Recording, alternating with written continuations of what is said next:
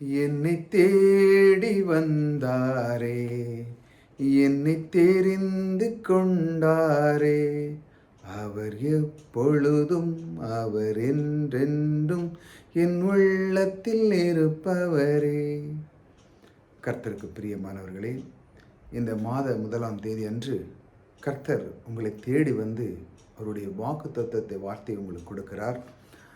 அவர் ஒரு நேரம் அவர் உங்களுக்கு வாக்கு கொடுத்தார் என்றால் அது நிச்சயமாக நிறைவேறும் என்று உங்களுக்கும் தெரியும். ஆகையால் ஒவ்வொரு நாளும் அவர் தேடி வந்து வார்த்தை கொடுக்கிறார். அதால் மாதம் 1ஆம் தேதியும் உங்களுக்கு அற்புதமான ஒரு வாக்குத்தத்தத்தை கொடுத்து மாதத்தில் எல்லா நாட்களும் அவர் கூடவே இருந்து உங்களுக்கு செய்கிற எல்லா நன்மைகளையும் நீங்கள் பார்ப்பீங்க. அவர் கொடுக்கிற வாக்குத்தத்தை நாம் படிப்போம். சங்கீதம் 23:4. நான் மரண இருளில் பள்ளத்தாக்கிலே நடந்தாலும் பொல்லாப்புக்கு பயப்படேன். தேவனீர் என்னோடு கூட இருக்கிறீர். உமது கோலும் உமது தடியும் என்னை தேற்றும். என்னோடு கூட இருக்கிறீர். தேவன் சொல்கிறார், நான் உன்னோடு கூட இருக்கிறேன்ப்பா என்று அவர் வாக்கு கொடுக்கிறார். நம்முடைய வாழ்க்கையில் பாருங்க, என் மரண இருளில் பள்ளத்தாக்கிலே நடந்தாலும் எவ்வளோ பிரச்சனை நமக்கு இந்த உலகத்தில் பாருங்கள். இந்த பாவமான இந்த விழுந்து போன இந்த உலகத்தில் பாருங்கள், பிரச்சனை எல்லாருக்குமே, பிரச்சனைக்கு பஞ்சமே கிடையாது. ஆனாலும் இந்த மரணம் நோக்கி போகிற இந்த வாழ்க்கை பாருங்கள், பிறந்த ஜனனம்னா மரணம் கண்டிப்பாக உண்டு. ஆனாலும் அதில் எத்தனை பிரயாசப்படுகிறான் மனிதன் பாருங்கள். ஒவ்வொரு நாளும் அவன் அடியெடுத்து வைக்கும்போது அவன் வெளியே சென்று வீட்டுக்கு வருவதே பெரிய ஒரு ஒரு கிருபைதான் சொல்லணும். அந்த அளவுக்கு அவனுடைய வாழ்க்கை இருக்கிறது.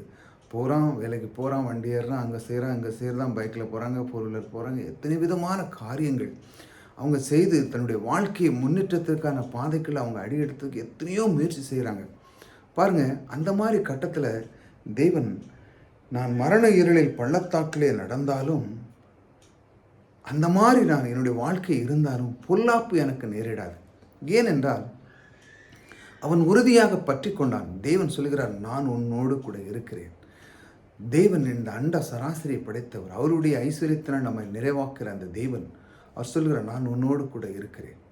நீ பயப்படாத, நீ சோர்ந்து போகாத.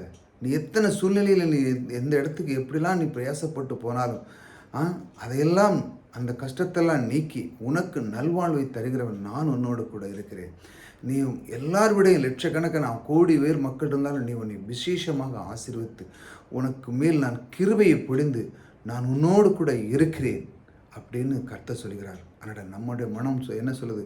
ஆம் கர்த்தாவே, நீர் என்னோடு கூட இருக்கிறீர் என்று சொல்லி நாம் அதை அங்கீகரிக்கும் பொழுது நம்முடைய வாழ்க்கை பிரகாசமாக இருக்கும். பாருங்கள், அடுத்த சொல்லுது, என்னோடு கூட இருக்கிறீர், உமது கோலும் உமது தடியும் என்னை தேற்றும். நம்முடைய வாழ்க்கையில் இன்னொரு பிரச்சனை என்னென்னா, இந்த விழுந்து போன இந்த பூமியில் நம்முடைய பயணம் எப்படி செய்கிறதுனா, நம்ம நன்றாக தான் இருப்போம். ஆனாலும் சில நேரங்களில் பாருங்கள், வெளியிருந்து வருகிற எண்ணங்கள், மற்றவன் சொல்லுவான், நீ இப்போ இருக்கிறது சரிதான்ப்பா, நீ வாழ்க்கையில் நீ இப்போ இருக்கிற ஓகே, நீ வாழ்ந்துருக்கிறா, உனக்கு எல்லாம் இருக்குது, வண்டி இருக்குது, வாகனம் இருக்குது, ஆனால் இதை விடையும் மேலான ஒரு லைஃப் இருக்குப்பா, வா அப்படின்னு சொல்லதுக்கு இந்த பிசாசானவன் உங்களுடைய மனதை கெடுப்பான். நீங்கள் இப்போ நல்லா தான் இருப்பீங்க, எல்லாத்திலும் வசதியாக இருந்து எல்லாம் பணம் எண்ணம் சேர்த்து வச்சு எல்லாம் இருக்கும், உங்கள்கிட்ட எல்லாம் சுகபோகமாக நல்லா இருப்பீங்க. ஆனாலும் கர்த்தருக்கான நேரத்தை கொடுப்பீங்க, எல்லாம் செய்வீங்க. அதுக்கப்புறம் பிசாசு என்ன உங்கள் மனதை கெடுத்து நேரத்தை தேவனுக்குள்ளே கொடுக்காத அளவுக்கு இன்றைக்கி இதை பண்ணியிருக்கா, இன்னும் வேறு விதமாக பண்ணும் அப்படி இப்படின்னு சொல்லுவான். ஆனாலும் சில காரியங்கள், நல்ல விதமான காரியங்கள் சிலவர்கள் சொல்லுவாங்க. ஆனால் சிலவர்கள் என்னதை அவங்க தன்னுடைய வலையில் சிக்க வைக்கிறதுக்கு பார்ப்பாங்க. இப்படி அவனை போட்டோம்னா அவன் கீழே போயிடுவான்னு சொல்லி சிக்க வைக்க போவாங்க. சில பேர் அப்படி இல்லை, குடும்பத்தில் நல்ல பேர், நீ இப்படி இரு, இந்த பிஸ்னஸ் பண்ணு, கொஞ்சம் கொஞ்சமாக முன்னேறு, நன்றாக இருன்னு அப்படி சில வார்த்தைகளை சொல்லவர் இருக்காங்க. ஆனால் சில பேர்கள் எப்படி பண்ணுறாங்கன்னா, உங்களை கீழே விழ வைக்கிறது. எப்படி என்னை விட இவன் நல்லா இருக்கலாம், இவன் எப்படி முன்னேற்றான், இவன் எப்படி போனான், நான் எப்படி இருக்கிறேன், இவன் எப்படி இருக்கான் அப்படின்னு சொல்லி எங்கேயாட்டு மாட்டி விட்டு உங்களை வீழ்ச்சியாக்க பார்க்குறவங்க நிறைய இருக்காங்க. அப்பொழுது என்ன நடக்குன்னு பாருங்கள். உமது கோலும் உமது தடியும் என்னை தேற்றும். அதாவது அந்த காலத்தில் இந்த ஆடு மேய்க்கிறவங்க இருக்கிறாங்க. ஆடு மேய்க்கிறவங்களுக்கு இது ஒரு கொக்கி மாதிரி இருக்கும். அதாவது அந்த ஆடுகள் மேய்ப்பன் பின்னால் அப்படியே வந்துக்கிட்டே இருக்கும். திடீர்னு மேய்ப்பன் ஒரு சைடில் நிற்பார். நின்றுட்டு அதை மேய்க்க விடுவார். மேய்க்க விட்டுட்டு போகும்போது அது சில நேரத்தில் வழி தப்பி போகும். அதாவது ஏன் வழி தப்பி போனால் இக்கரைக்கு அக்கறை பச்சை அப்படி சொல்லுவாங்க. அதாவது இங்கே இருந்து சாப்பிட்டுட்டு இருக்கதே இருக்கும்போதே வெளியே கொஞ்சம் தூரத்தில் பச்சையாக தெரியும். அப்போ இந்த ஆடு என்ன நினைக்கும், ஓ அங்கே பச்சையாக தெரியுது, அங்கே போகணும்னு சொல்லி அது அங்கே முயற்சி பண்ணும். ஆனால் அந்த மேய்ப்பருக்கு தான் தெரியும் அங்கே சிங்கம், புலி, கரடி இதெல்லாம் விழுங்கக்கூடியது அங்கே இருக்குது, ஆகையால் அந்த இடத்துக்கு அனுப்பக்கூடாதுன்னு சொல்லி அவன் அந்த கொக்கி வச்சு அதை உள்ளே இழுப்பான். உள்ளே இழுத்து தன்னுடைய மந்தைக்குள்ளே சேர்ப்பான். அதே போல் நம்முடைய வாழ்க்கையில் நம் தேவன் பாருங்கள், நமக்கு இக்கரைக்கு அக்கறை வச்ச மாதிரி தான் தெரியும். ஆனாலும் தேவன் அதை அவர் தன்னுடைய கரத்தினால் அவருடைய தடியின் கோலினால் நம்மை இழுத்து கொண்டு நம்மளை பாதுகாக்கிறார். நம் தேவன் பாருங்கள், நம் கூடவே இருக்கிறார். நமக்கு எத்தனை பிரச்சனை வந்தாலும் நமக்கு அதை எல்லாம் நீக்கி அவர் நம்ம அண்டையிலே அணைக்கிறார். எப்படி அந்த மேய்ப்பன் பாருங்கள், அதுக்கு அந்த சிங்கம் புலிக்கு அது இரையாகாத அளவுக்கு அந்த கொக்கி மாதிரி இருக்கிறத போட்டு இழுத்து தன்னுடைய அந்த மந்தையிலே சேர்த்து கொள்வார். அதே போல் நம் தேவனும் நீ வேறு எதுலையாட்டு விழுந்துடக்கூடாதுன்னு சொல்லி சத்தியத்தை உங்களுக்கு அறிவிக்கிறார் தேவன். சத்தியம்தான் உங்களை விடுதலையாக்கும். இப்படி தான் நம் தேவன் ஒவ்வொரு நாளும் இந்த மாதிரி காரியத்தை உங்களுக்குள்ளே கொடுக்கிறார். இந்த வாக்கு தத்துவம் நீங்கள் பற்றி கொள்ளுங்கள். கர்த்தர் உங்களோடு கூட இருக்கிறார். அவர் கூட இருக்கிறது மட்டுமல்ல, உங்களுடைய வாழ்க்கையிலே நீங்கள் எங்கு சென்றாலும், எங்கு சூழ்நிலையில் எதை மாட்டிக்கிட்டாலும் தேவன் அவருடைய தடியின் கொள்ளால் உங்களை அரவணைக்கிறார். அகல நீங்கள் நினைக்கலாம், அப்போ எப்படினாலும் நடந்தாலும் தேவன் என்னை பிடித்துறார். உங்களுக்கு ஞானம் கொடுத்துருக்கிறார். சூழ்நிலைகள் சில நேரம் வரும், ஆனாலும் அதிலிருந்து நீங்கள் விடுதலை ஆவதற்கு தேவனை எப்படி சொல்லுது பாருங்கள்.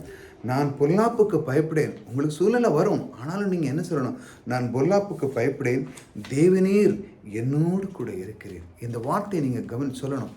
கர்த்தர் கூட இருக்கிறார், ஆனால் உங்களுடைய நாவில் இதை சொல்லணும். கர்த்தாவே நீர் என கூட இருக்கிறீர்ப்பா, ஆகையால் நான் கலங்குவதில்லை.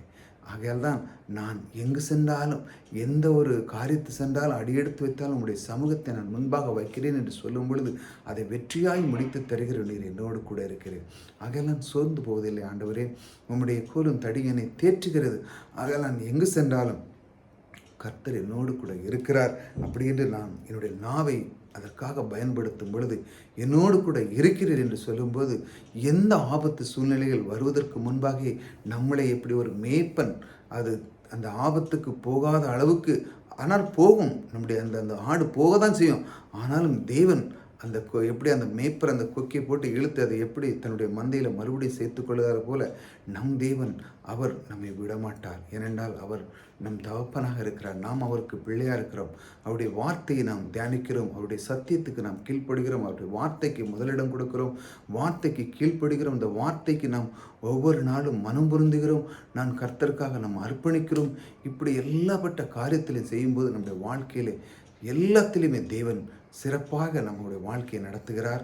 அவனுடைய வாழ்க்கையில் குறைவே இருக்காது, செழிப்பை நமக்கு உண்டு பண்ணுகிற தேவன் நமக்குள்ளே இருக்கிறார். ஆகையால் இந்த மாதத்தில் அவர் சொல்கிறார், நீ பயப்படாத, நான் அவன் கூட இருக்கிறேன். அவர் சொல்கிறார், பயப்படாத, நான் அவன் கூட இருக்கிறேன். என்னுடைய கோலும் என்னுடைய தடியும் உன்னை தேற்றும் என்று அவர் வாக்கு கொடுக்கிறார். இந்த தேவன் நீங்கள் ஒவ்வொரு நாளும் அறிய நம்முடைய தேவன் நம்மை விட்டு ஒரு நாளும் நம்மை விலக மாட்டார். ஏனென்றால் நாம் அவருக்குள்ளே இருக்கும் பொழுது நாம் வேறு தேவனுக்கு விட்டு வேறு இடத்துல இடம் கொடுத்தீங்கனால் நம் தேவனை அறியாத அளவுக்கு நாம் போயிடுவோம். ஆகையால் ஒவ்வொரு நாளும் கர்த்தர் இதான் சொல்லுறார், நான் உன்னோடு கூட இருக்கிறேன் என்று சொல்லி அவர் உங்களுக்கு வாக்கு கொடுக்கிறார். வாக்கு கொடுத்தது மட்டுமல்ல, என்னுடைய கோலும் என் தடி உன்னை தேற்றும், ஆகையால் சோர்ந்து போகாதே என்று சொல்லி அவர் வாக்கு கொடுத்த வாக்கு தத்துவம் உங்களுடைய வாழ்க்கையிலே எப்பொழுதும் சதாகாலமும் தங்குவதாக. கர்த்தர் உங்களோடு கூட இருக்கிறார். கர்த்தர் உங்களை ஆசீர்வதித்திருக்கிறார்.